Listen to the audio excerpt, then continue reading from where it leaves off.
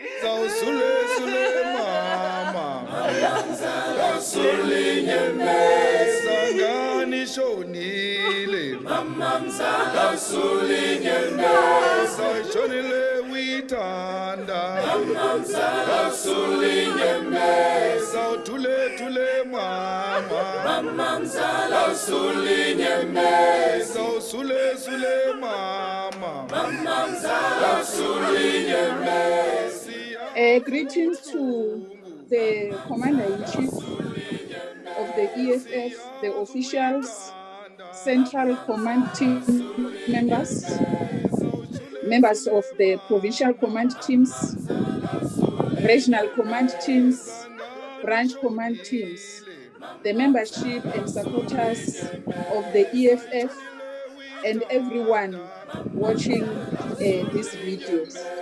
My name is Khosi Mkhonto. I'm a Central Command Team member of the EFF. I'm also a member of Parliament. I would like to welcome you to this episode, which is part of the GBV Desk series, where we educate society on various topics related to GBV. We cover topics such as rape, femicide. Today's topic is sexual harassment. We will discuss with the panel the sexual harassment which is receiving, we feel it is receiving less attention than other forms of GBV. Sometimes even the victims or the perpetrators are not aware that they are being violated or are violating other people.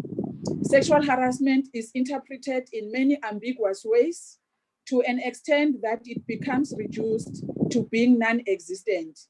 Today, after our discussion, we hope that the society will understand sexual harassment better and to empower victims with possible steps to be taken when experiencing it.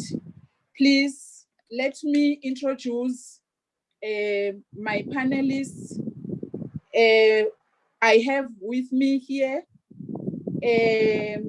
Councillor Ellen Muhwadiba of the Victor Kanye local municipality here in Mpumalanga. I also have Carol Mashiko, who is the coordinator of the GBV desk at Ehlanzeni region. I have also Miss Linki Mhlala, who is a writer, a feminist, and an educator. Lastly, I have Selina Mate, who is a victim of a mother to a victim of sexual harassment. Greetings to you, ladies. I will start with Carol. Carol, how are you? I'm well, thank you, Commissar. Please introduce yourself. Okay, my name is Caroline Mashiko from Mpumalanga under Ehlanzeni, and I'm a GBV coordinator, as well as an RCT member. Carol, can you please give us a general perception of GBV in Ehlanzeni district? GBV has been perceived as something that not everyone wants to speak out about, but they understand what it means. They know that it means gender-based violence. But when you want to interact with them face to face, to get to them, to understand from them what it really is, it seems like they know it, but they don't want to admit that they know it. We see this how, by the way, they don't come out with all the cases that relate to gender-based violence, because we want these people to come out, whether it's LGBT, whether it's women, whether it's men being abused, but we want them to come out, or even children. But knowing very well what gender-based violence is, they tend to ignore it, knowing very well that if they understand it, we will want them to act according to how it is understood. Thank you. Can you please explain in general What is sexual harassment? Sexual harassment is any form of conduct whereby, especially in the workplace, it's mostly common in the workplace. Sexual harassment is any kind of physical contact or a comment that is making the other person uncomfortable with. Even the person making the comment towards you will make sure that only you hear it, because they know very well that it is not acceptable in society. The other form of harassment is when you are expected to do something in return for something. For example, if you want a promotion or if you want a tender, they will expect you to do something under duress, under pressure, so that you will be pushed to actually do it because you want the position. So any form of conduct that is not favorable to the opposite party, they know very well. Some people actually know very well that when you do something like this, it's actually harassment, because you are forcing somebody to do something that they don't want to do. But because you know that they are vulnerable and that you are offering them a favor in return, that is harassment. Since you were appointed as a gender-based violence coordinator at Ehlanzeni, how many sexual harassment cases have been reported to your desk? I think I've received more than 5, more or less, around about 5. But are women ready to come out and speak about them being victims of sexual harassment? What is your analysis? My analysis in the past few months is that they are scared to speak out, and they are scared because they know they'll be harassed for speaking out and they'll be victimized for speaking out. Thank you. Referring to the cases that have been reported to your desk, what are the potential platforms for sexual harassment? It is mainly in the workplace and in public. Like when I'll give you an example. We had a case that was trending on social media where 2 young girls walked through the local taxi rank, but a video was taken of them, and funny comments or undesirable comments were made towards the way they were dressed. So that is one of the main one that was highlighted out. But then some of the people who tried to speak out about it were also arrested for speaking out about that case. It was one of the main highlighted ones in the past few months that I've seen in Ehlanzeni. But I'm not saying the others are not important, but it was public. It went viral on social media. The others that I've received, they don't want to go in public and speak about them. I invited them on this platform. They are scared because some of them, it's their bosses. They've mentioned to me that it's their bosses at work. They can't go public, otherwise their employment will be compromised and the relationship between them and employer and supervisor will be compromised. So most of them, if you don't hear about them on social media, they won't speak out in public about them, but they can speak directly to us and remain anonymous. They want to remain anonymous. Thank you. What are the possible effects of sexual harassment? How do women feel after being violated? Their morale has been compromised. It lowers their morale, their confidence as well.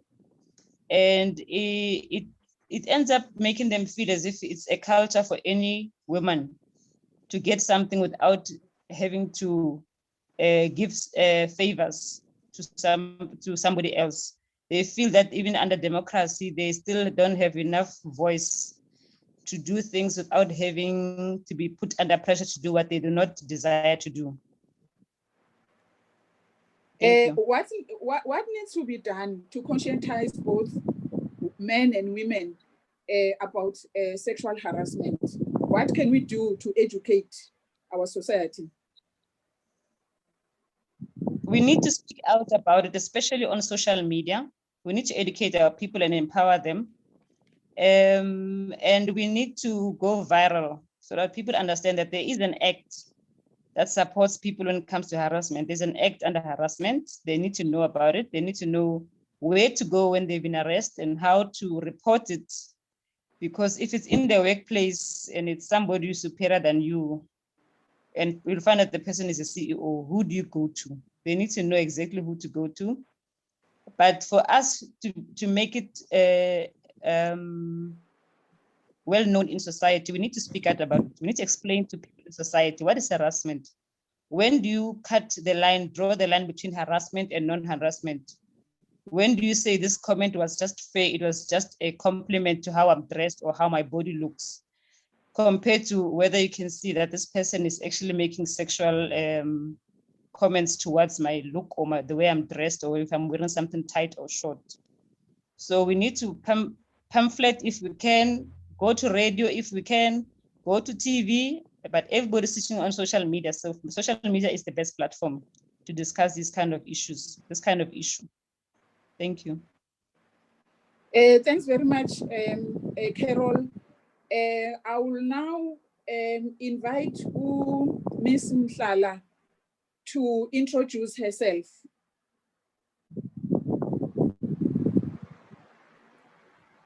Thank you very much, Ms. Khosi, and greetings to the members that are on this platform. My name is Linky Mhlala.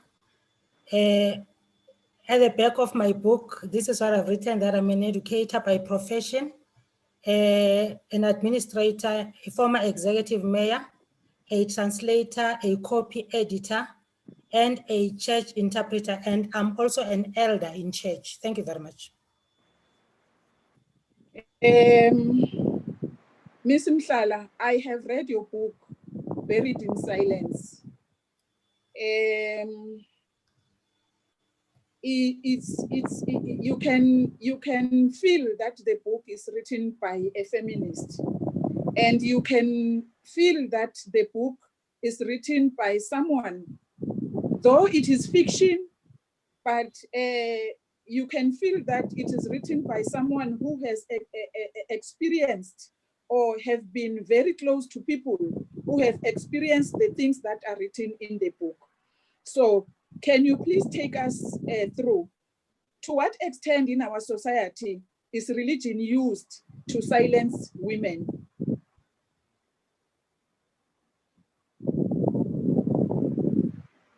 Thanks. As human beings, that is where we start. And as we got into religion, there are protocols that we as people are supposed to follow. And there are some things that we are supposed to divulge and some not, because should we do so, we'll be acting in a manner that is unchristian. Your question is that at what extent? I must say the church, in the manner in which we've received it as Africans, has closed the mouths of everybody. It has made other people to take advantage of the others, because it has closed the mouth of everybody. Just like the previous speaker has spoken about it, to say that people do not speak. They don't become silent because they are at the workplace, but everything started at home, your upbringing, and also your church environment. When you're asking him about what sexual harassment is all about, I heard what she was saying, but I want to bring it to home, to say that is where it starts. You know, it starts without us as adults monitoring what is happening. We don't mind because we do not have big houses, our children met, but we don't know what is happening at night when we are asleep, because we've got boys and girls children, they sleep on the same bed, we don't know. And all of them are exposed to things outside the house, but when they come at night, we are asleep, we don't know what is happening. So sexual harassment is just any unwanted kind of a behavior, whether it can be a touch, whether it can be a look, whether it can be whatever, a joke being told, anything, and it becomes sexual harassment, not because somebody has acted, but it becomes sexual harassment when you feel that whatever action that is being taken does not favor you, is not, you are not comfortable. It becomes sexual harassment when you are not comfortable with whatever action, with whatever joke, then it becomes sexual harassment. But when you do not care about what is happening, it doesn't become sexual harassment, because it is you who is a victim who must feel that you are being sexually harassed, not necessarily because somebody saw you being touched. No, no, no. It must be you who feel that whatever touch is unwanted. Thank you. What are the main reasons behind women sacrificing their life visions, missions, and self-confidence to save men's images and their marriages? Again, thank you very much. It is our upbringing. That is how we were brought up. Remember, when we grow up as girl children, we are taught how to treat our male counterparts.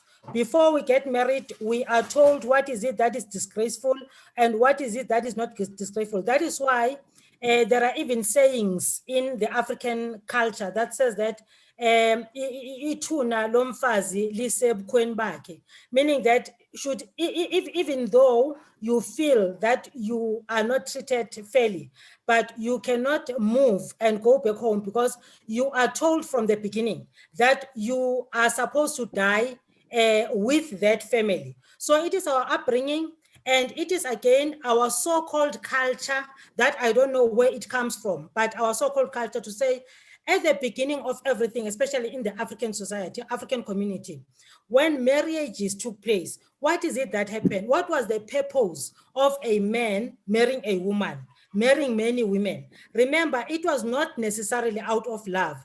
In the first place, it was for that woman to come and plow the fields of this family, because they wanted to make sure that they've got large fields and then they've got enough food for everybody. Love came after, you know. That is why even families could tell their boy children to say that, go to the Mhlala family because we've seen a girl there. Whether that girl loves this boy or this boy loves the girl, it didn't matter. But it was because the family arrangement called for it that that boy or that girl must be married into that family. So because of that, you are being told that there are these secrets that should be kept between yourself, because you cannot hang the dirty linen out of your family. That is why people die in silence in marriages. And that is why they make sure that they protect their husband in the name of the so-called love. Whereas in the true sense, love does not envy when things are not going right. But because people don't know about that, they think that everything is in the name of love. Thank you very much. Yeah, you have named your book Buried in Silence. In your opinion, why do women always choose to be buried in silence? How do our historical, socio-economic setup contribute to that?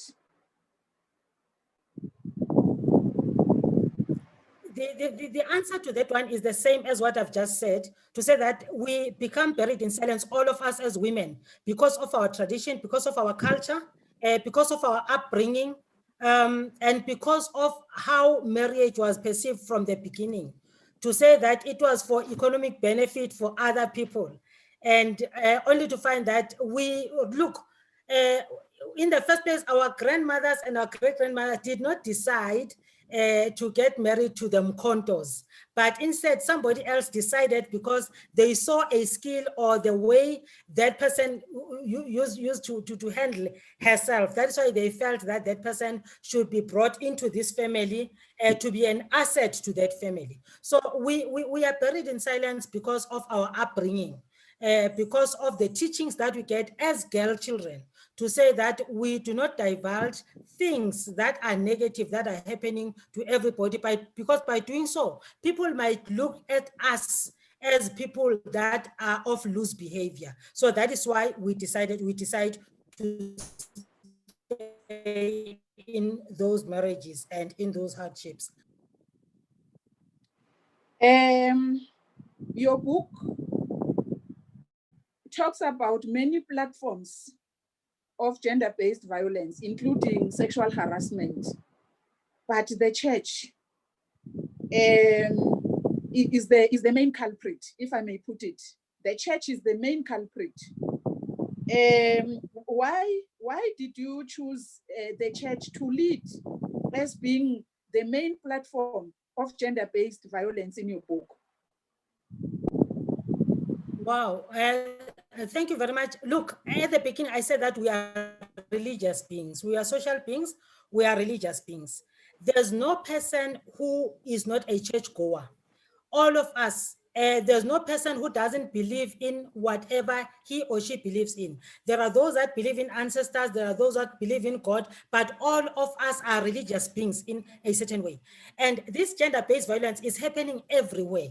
Now, again, the open secret about this is that we've got a number of so-called pastors that have been arrested, which tells you that this thing has been happening before, but our foreparents have not spoken about this issue.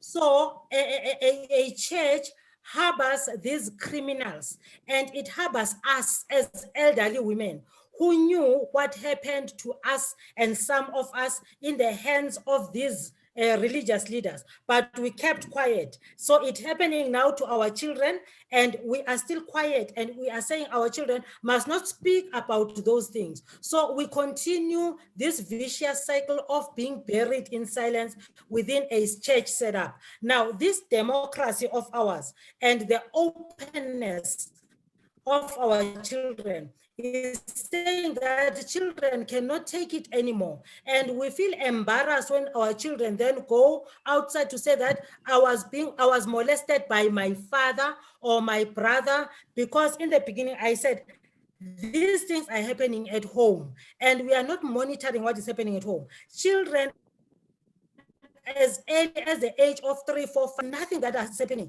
There are other families and cultures that allow such things to happen, forgetting that if you allow that to happen without calling whoever is doing it to order, you are perpetuating this kind of thing, and you are developing a rapist and also a victim within the family.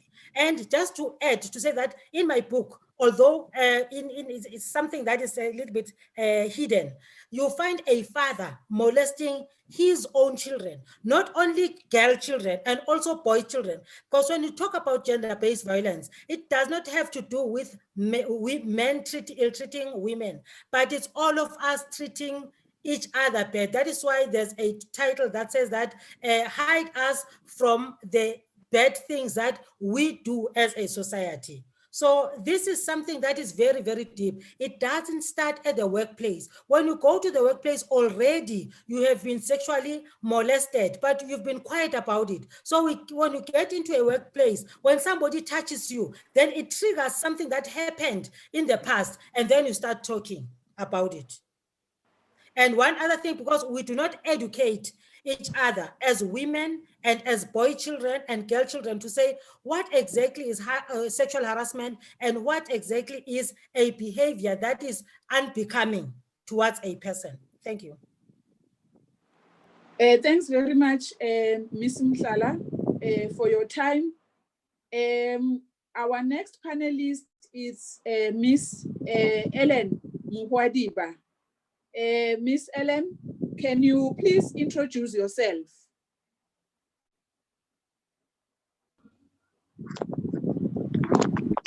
Good afternoon. My name is Ellen Mkhonto. I'm a PR counselor at Victor Kanye local municipality in Delmas. Siyabonga, Miss Helen. Kunento eyenzekile ewodini lakho lapho abafazi bahlukunyezwe ngokocansi umnikazi weplazi. Bengicela ukuthi usilandise ukuthi kwenzekeni. Okay. It was 2019 September, while we were busy attending the case of the late Dr. Masilela, who was brutally murdered by the farmers. So while we were at the police station, they came, the 4 women, telling us that at the police station, police are refusing to open the case for them. So they were going back home. So we took the women back to the police station to go and open the case that the 2 farmers caught them while they were passing through the farm, accused them that they were stealing chickens. So as they were caught, they took them to another office there at the farm. The name of the farm, I don't know the name of the farm, but we know the farm as by Kwampaizani. So it's the factory that deals with the chicken there. So they took them inside the office. Then when they arrived at the office, they told them to undress themselves. While they've done undressing themselves, the two white men come with a huge instrument. I don't know the instruments, because mabashu, but we sort of in choke. Then le choke le, but lwabalungu bayifaka la phakathi kwama vagina wabo. Then mabayifaka iya-choke this thing le. Then bathi evaporator nokuvaporate la phakathi kwabo. Then some of them, they even urinated blood. Then some of them, it was even hard for them to sit down. In your opinion, why did the police refuse to open the case for the women against the farmers?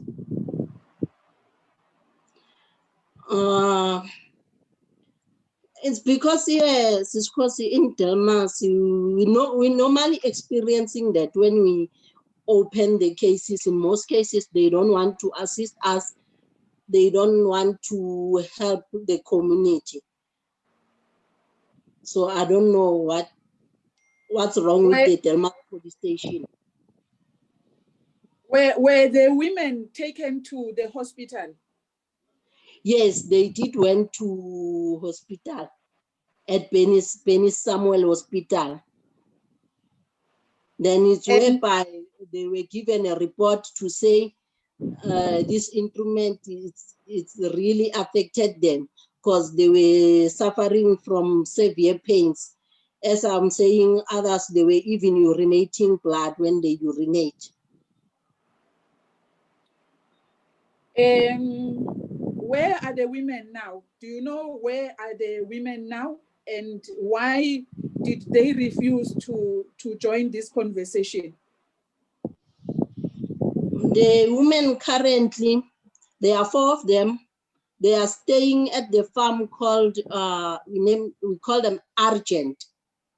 They are staying there. So when we spoke to them that they must come forward to this conversation to attend this video and speak about the sexual harassment they've experienced, they've told us that they are scared to do so as they are staying in the farm. They are afraid of these white guys. Thanks very much, Councillor Helen, for your time.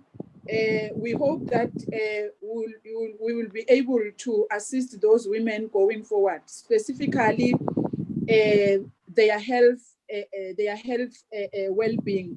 It has to be taken care of. We have to monitor how did this thing affect them. bodily wise. Thanks very much for your time. I will now invite Selina Mate. Esther Mate, yes. Esther, kunjani?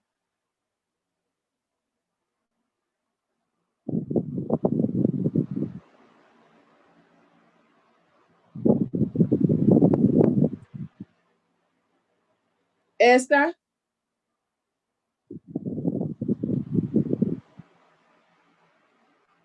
Esther, kunjani? Ngiyaphila. Ngiyaphila nami. Ngicela utisho ukuthi ngwebani. Esther Mkhonto. Uhlala kuphi? Enansi. Uhlala eNansi. Esther, ungakhona kusitshela story sekuthi indzaba yakho ihambe njani uze ufune kuta la utokhuluma ngekuhlukumeteka kwakho.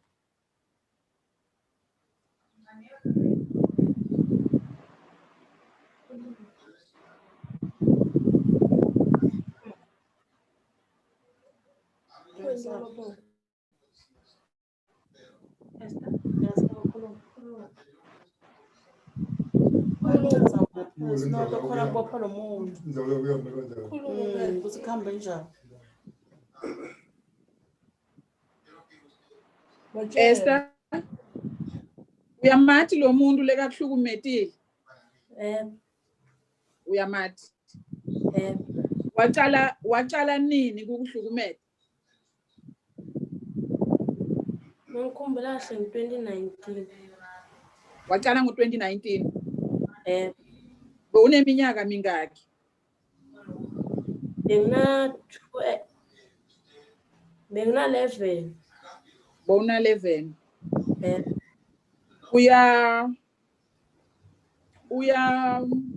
Uhlala ekudzeni kangakanani nawe? Bengumakhelwane wami. Bekungumakhelwane? Ukuphi nyalo? Angathi sukuma ngiyavama ukumbona. Uyavama kumbona? Ukhonile ukuthi ubatshele ekhaya ukuthi ukwendani?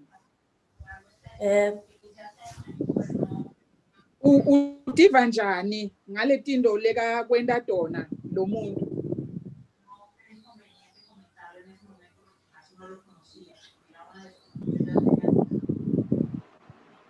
Ngitiva kahle. Awutiva kahle? Inhlitiyo yakho ibhlungu? Ukwende emahlandla mangaki ngaphambi kokuthi wena ukhona ukukhuluma ekhaya ukuthi kunento leyendakalako?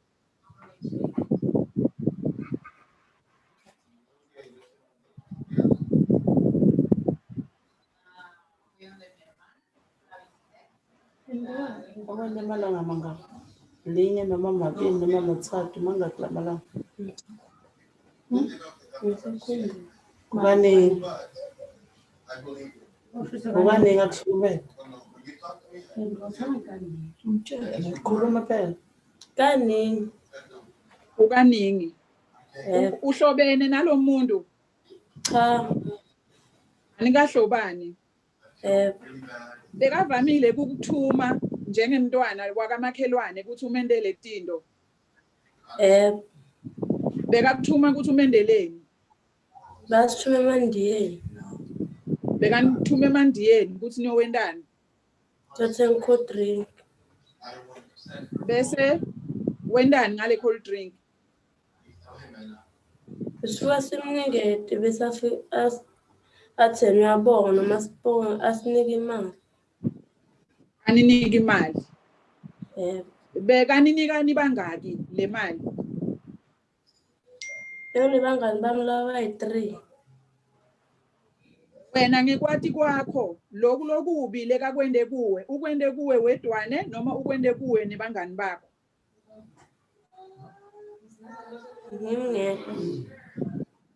when they went away one. Yeah. Labangani bona ugcine ngekubanika imali. Bangakanani labangani bakho? Munye ufundza grade 10, omunye ufundza grade 5. Bancane. Lo ufundza grade 10 cishe ukhulile unangaki iminyaka na ungacabanga?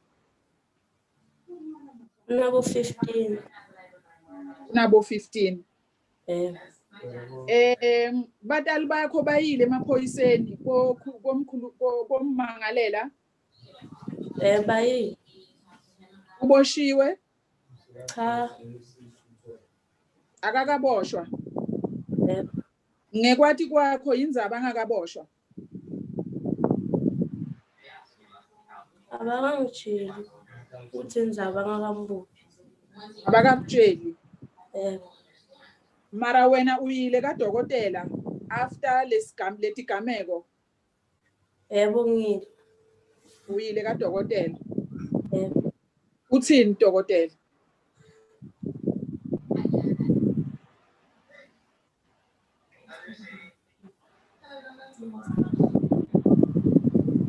Ngiyakudokotela ngitsho ukuthi bangirepile.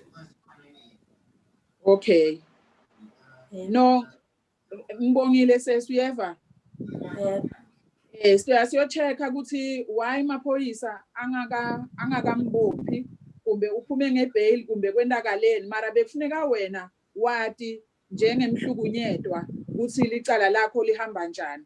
Sitawuzama ukuthi silandzelele ukuthi indzaba bangakutsheli ukuthi kwendakalani nangabe bambophile nangabe bangakambophi batosichazela ukuthi indzaba bangakambophi nangabe aphume ngebail batosichazela futhi ukuthi nakaphume ngebail why wena bangakakutsheli njengemhlukunyetwa ukuthi uphumule ngebail. Sibonge kakhulu seswami. Okay.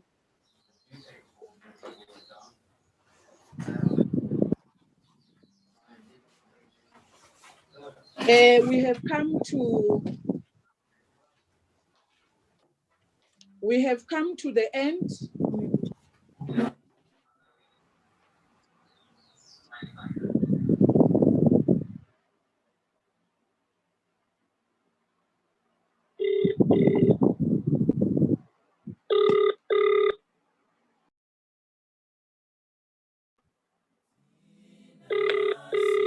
We have come to the end of our episode.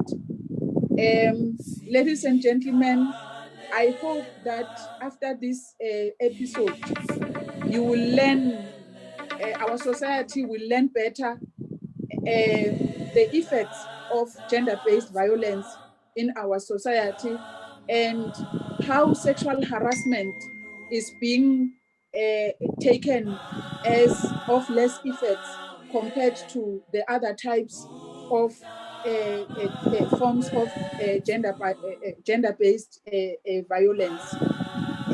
Thanks very much for listening for watching and listening to us. Have a very good day. Bye-bye.